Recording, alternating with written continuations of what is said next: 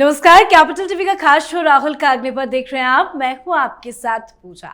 हमने आपको अपने शो में कई बार बताया कि कांग्रेस पार्टी में कुछ भी ठीक नहीं चल रहा है। कांग्रेस के पुराने बड़े बड़े नेता राहुल गांधी के रवैये से नाराज है। शशि थरूर का मुद्दा अभी थमा ही नहीं है कि कांग्रेस के एक बड़े नेता के एक बयान ने यह साफ इशारा कर दिया कि वो कांग्रेस से खुश नहीं है।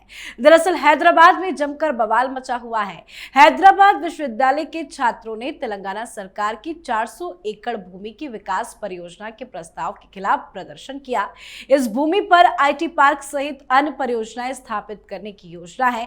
स्थिति काफी तनावपूर्ण बन गई है और इस पूरे मामले को लेकर कांग्रेस के बड़े नेता सांसद पी चिदम्बरम ने एक ट्वीट का रिप्लाई करते हुए यह लिख दिया कि दुर्भाग्य से राज्य सरकार प्रशासन हमेशा एक जैसा ही व्यवहार करता है, चाहे कोई भी सत्ता में हो। ट्वीट तो वैसे छोटा सा है पर इशारा काफी बड़ा है, तो आज इसी पे चर्चा करेंगे। साथ ही मणिपुर के कई कांग्रेस नेताओं ने संसद भवन स्थित राहुल गांधी के कार्यालय में उनसे मुलाकात की थी, तो इस मुलाकात में क्या कुछ हुई बात और राहुल गांधी ने क्या क्या कहा, इस पर भी चर्चा करेंगे। मेरे साथ स्टूडियो में मौजूद हैं कैपिटल टीवी के एग्जीक्यूटिव एडिटर राजीव जी। सर, आपका बहुत बहुत स्वागत है। तेलंगाना सरकार पर कार्ति चिदम्बरम ने एक सवाल खड़ा किया है, क्या वो भी नाराज चल रहे हैं कांग्रेस पार्टी से? देखिए, बताता तो है कि नाराजगी है, क्योंकि कार्ति चिदम्बरम तेलंगाना से नहीं है, न ही आंध्र प्रदेश से है, वो तमिलनाडु से सांसद है और उनके पिता भी तमिलनाडु से राज्यसभा के सांसद हैं, यानी पी चिदम्बरम, जो मिनिस्टर रहे थे, होम मिनिस्टर रहे, फिर उसके बाद वित्त मंत्री रहे। लेकिन ये दोनों बाप बेटे आजकल कांग्रेस में अलग थलग महसूस कर रहे हैं और कार्ति चिदम्बरम ने जो तेलंगाना में हैदराबाद यूनिवर्सिटी में चल रहा है उसके ऊपर टिप्पणी कर रहे हैं, तो इसका मतलब है कि कांग्रेस से, राहुल गांधी से उनकी भी नाराजगी है। क्योंकि जितने भी नेता हैं, अगर 99 सांसद हैं कांग्रेस पार्टी में, राहुल गांधी या प्रियंका वाड्रा को छोड़ दें तो 97 बचे। बिहार के किसी सांसद ने नहीं बोला कांग्रेस के, न फिर तमिलनाडु के दूसरे सांसद, केरल के दूसरे सांसद, अगर साउथ इंडिया की बात भी करें तो उन लोगों ने कुछ बोला, न महाराष्ट्र से और न ही दूसरे स्टेट के किसी कांग्रेस के सांसद ने सवाल उठाया है। आखिरकार कार्ति चिदम्बरम ने ही क्यों सवाल उठाया? पी चिदम्बरम भी कुछ दिन पहले से ही राहुल गांधी की पॉलिसी के एजेंडे के खिलाफ कुछ लिखते रहते हैं और इस तरह से, जैसे कि केरल के सांसद शशि थरूर ने कुछ समय पहले जब राहुल गांधी के ऊपर सवाल उठाया था तो उनके पीछे की एक्टिविटी देखी गई थी कि क्या क्या उन्होंने पिछले 10 दिनों में किया। तो ये बताया गया कि देखिए, इन दिनों में शशि थरूर ने क्या किया, प्रधानमंत्री के अमेरिका विजिट की सराहना की। उसके पहले कुछ मोदी की नीतियों की सराहना की, जैसे यूक्रेन वार पर बताया कि रूस और यूक्रेन के बीच जो युद्ध चल रहा है उसमें भारत की भूमिका बेहतर है, ये अच्छी भूमिका है, भारत की डिप्लोमेसी अच्छी रही है।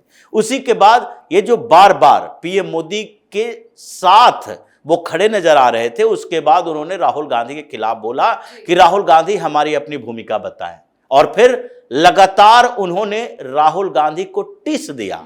यानी वो पार्टी छोड़कर नहीं जा रहे अभी, लेकिन वो मीटिंग कर रहे हैं, वो दूसरे नेताओं से बातचीत कर रहे हैं, वो लॉबिंग कर रहे हैं। और इस बीच कार्ति चिदम्बरम का ये बयान आता है कि जिस तरीके से तेलंगाना में सरकार चल रही है, छात्र प्रदर्शन कर रहे हैं हैदराबाद यूनिवर्सिटी के, क्योंकि वहां पर आपने बुलडोजर एक्शन शुरू कर दिया, जिस बुलडोजर के खिलाफ ये योगी की आलोचना करते हैं। भारतीय जनता पार्टी शासित प्रदेशों में बुलडोजर चलता है तो इनको आग लग जाती है, क्योंकि वहां पर ज्यादातर बुलडोजर दंगाइयों के खिलाफ चले हैं, अपराधियों के खिलाफ चले हैं, अवैध तरीके से जमीन कब्जा करने के खिलाफ चले हैं। लेकिन ये बुलडोजर लेकर पहुंच गए हैदराबाद यूनिवर्सिटी के बगल में, 400 एकड़ की जमीन है और वहां आईटी पार्क बना रहे हैं। हैदराबाद यूनिवर्सिटी के छात्र आक्रोशित हो गए, सामने आए और उसके बाद उनकी गिरफ्तारियां भी हुई। 200 से ज्यादा छात्रों की गिरफ्तारी हुई है, यानी तेलंगाना में आग लगी हुई है। और उसमें कार्ति चिदम्बरम सामने आकर फ्रंट से खेलते हैं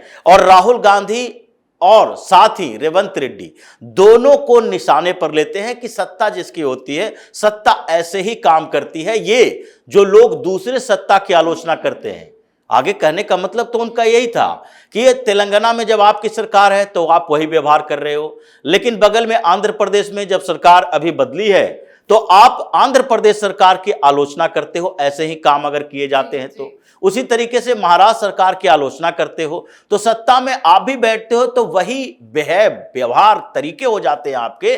तो इसके पीछे ये माना जा रहा है कि कार्ति चिदम्बरम और पी चिदम्बरम दोनों बाप बेटे जो तमिलनाडु से आते हैं, वो दोनों ही आजकल नाराज चल रहे हैं, क्योंकि राहुल गांधी का रवैया ऐसा है कि जितने भी पुराने लीडर कांग्रेस में बचे हैं उसको इग्नोर किया जा रहा है। और इसलिए भी कहा जा रहा है कि ये जो कार्ति चिदम्बरम जो अभी सामने आए हैं खुलकर, ये 2 दिन पहले यानी कि 28 मार्च को पीएम मोदी से मुलाकात की थी। और पीएम मोदी से मुलाकात में इन्होंने गली में चलने वाले स्ट्रे डॉग की समस्या पर बात की थी कि रेबीज से मरने वालों की संख्या बहुत ज्यादा है हिंदुस्तान में। 36% लोग, जो कि पूरी दुनिया में आंकड़े रेबीज से मरने वालों की है, उसका 36% हिंदुस्तान में है। और इसीलिए उन समस्याओं पर बातचीत करेंगे। 6 करोड़ से ज्यादा आवारा कुत्ते हैं और इसलिए उनकी समस्या प्रधानमंत्री के सामने उठानी चाहिए। ये समस्या ऐसी नहीं थी जिसके लिए प्रधानमंत्री से मुलाकात करने का समय चाहिए, और समय के साथ साथ वो प्रधानमंत्री उनको समय भी दे दें कि आवारा कुत्ते की समस्या पर आप संसद में उठाओ, मंत्री से मिलो, पशुपालन मिनिस्ट्री से बात करो, वो अलग अलग स्टेट में आप लेटर लिखो वहां के मिनिस्टर को, लेकिन आप प्रधानमंत्री से मुलाकात करते हो और समय मिल जाता है। इसका मतलब कि प्रधानमंत्री से मुलाकात में सिर्फ इतनी ही बातें नहीं हुई, इसके आगे की भी बातें हुई। कुछ पॉलिसी के ऊपर समर्थन की बात भी हुई, जैसा कि अभी वक्फ बोर्ड संशोधन विधेयक का मामला चल रहा है, और उसमें केरल से जो कैथोलिक क्रिश्चियन मिशन है उसने अनाउंसमेंट किया है कल ही कि वक्फ बोर्ड संशोधन विधेयक अगर संसद में पेश होता है तो केरल के जितने सांसद हैं उनको इसका समर्थन करना चाहिए, क्योंकि कई चर्चेज की संपत्ति पर वक्फ बोर्ड ने दावेदारी की है। और कुछ समय पहले तो पूरे के पूरे क्रिश्चियन गांव को ही वक्फ बोर्ड ने वक्फ की संपत्ति घोषित कर दिया था। यह केरल के अंदर का विवाद है। अब वहां पर क्रिश्चियनिटी का प्रभाव है, और केरल में कांग्रेस के भी सांसद ये मानते हैं कि क्रिश्चियन वोटर अगर हमारे साथ नहीं रहा तो केवल मुस्लिम वोटर से हम जीत कर नहीं आएंगे। तो एक प्रेशर है कांग्रेस के सांसदों पर, और पी चिदम्बरम के बेटे कार्ति चिदम्बरम अभी लोकसभा में हैं। तो ये सारे मसलों पर बातचीत हुई होगी कि अगर आगे हम लोग यानी कि उनका सारा पूरा गुट, जितने सांसद पुराने हैं, मनीष तिवारी भी उसमें शामिल है, उसमें शशि थरूर भी शामिल हैं, कार्ति चिदम्बरम भी शामिल हैं, क्योंकि इनके पिता पी चिदम्बरम वही G23 का हिस्सा थे जिन्होंने सोनिया गांधी से शिकायत की थी राहुल गांधी के रवैये को लेकर और कांग्रेस में सुधार को लेकर। लेकिन उसमें से कई लोग बाहर चले गए और कई लोगों को मनाकर रख लिया गया, और यही लोग अब फिर से एक्टिव हो गए हैं। मतलब ये लग रहा है कि चिदम्बरम भी शशि थरूर के रास्ते पर अब बगावत की तरफ बढ़ गए हैं, और जैसे ही इनका कोरम पूरा हो जाएगा, एक समय आएगा, ये सारे इकट्ठा होकर राहुल गांधी के खिलाफ विद्रोह करेंगे, और जैसे G23 बना था वैसे एक विस्फोटक स्थिति कांग्रेस में आएगी। अलग अलग प्रदेशों में एक नया कांग्रेस पैदा होगी जो राहुल गांधी सोनिया गांधी के खिलाफ यानी गांधी परिवार के खिलाफ एक बार फिर से ये केक कामराज की तरह कांग्रेस का विभाजन हो सकता है। तो उसकी शुरुआत कार्ति चिदम्बरम ने ट्वीट करके कर दी है। सर, ये राहुल गांधी बार बार मणिपुर का मुद्दा क्यों उठा रहे हैं, क्यों इस मुद्दे को पीछे नहीं छोड़ रहे हैं? एक बार फिर से उन्होंने पीएम मोदी पर सवाल खड़े कर दिए हैं। देखिए, जब जब मणिपुर में कुछ शांति की स्थिति पैदा होती है तब तब राहुल गांधी फिर से उभरते हैं कि वहां अशांति पैदा हो, फिर से हंगामा शुरू हो। क्योंकि अभी जो मणिपुर की स्थिति है वो पहले से काफी बेहतर हुई है। राष्ट्रपति शासन लगा है और अजय कुमार भल्ला वहां के गवर्नर हैं। तो ऐसे में उन्होंने जो इनिशिएटिव लिया पिछले कुछ समय से, जैसे 28 फरवरी को उन्होंने एक घोषणा की कि 1 सप्ताह का समय है, जितने हथियार लूटे गए हैं उसे वापस किया जाए, और उस बीच जो हथियार वापस करेंगे उन्हें कोई सजा नहीं मिलेगी, सजा से छूट मिलेगी। आप हथियार लेकर आओ और डिपॉजिट करो, जो अधिकारियों के थे, जो पुलिस ऑफिसर के थे, पैरामिलिट्री फोर्सेस के थे।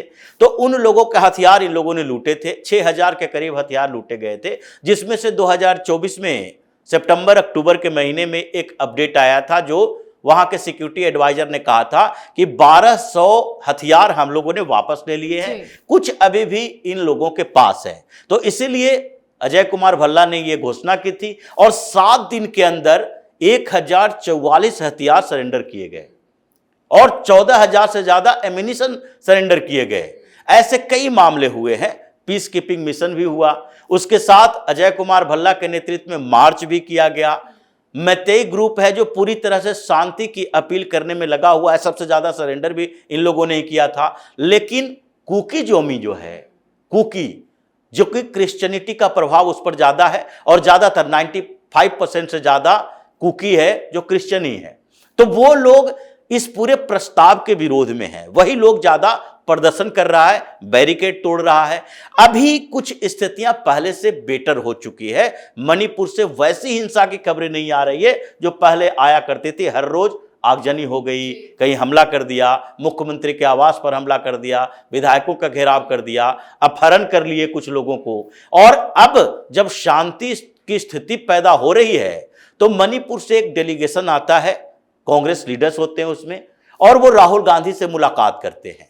अब राहुल गांधी तो बात कर रहे हैं कि किसी तरह से वहां शांति स्थापित हो जाए और प्रधानमंत्री मोदी का दौरा होना चाहिए, लेकिन राहुल गांधी से उन्होंने मिलकर, जो वहां के लीडर्स हैं, क्या यही शांति का प्रस्ताव रखा?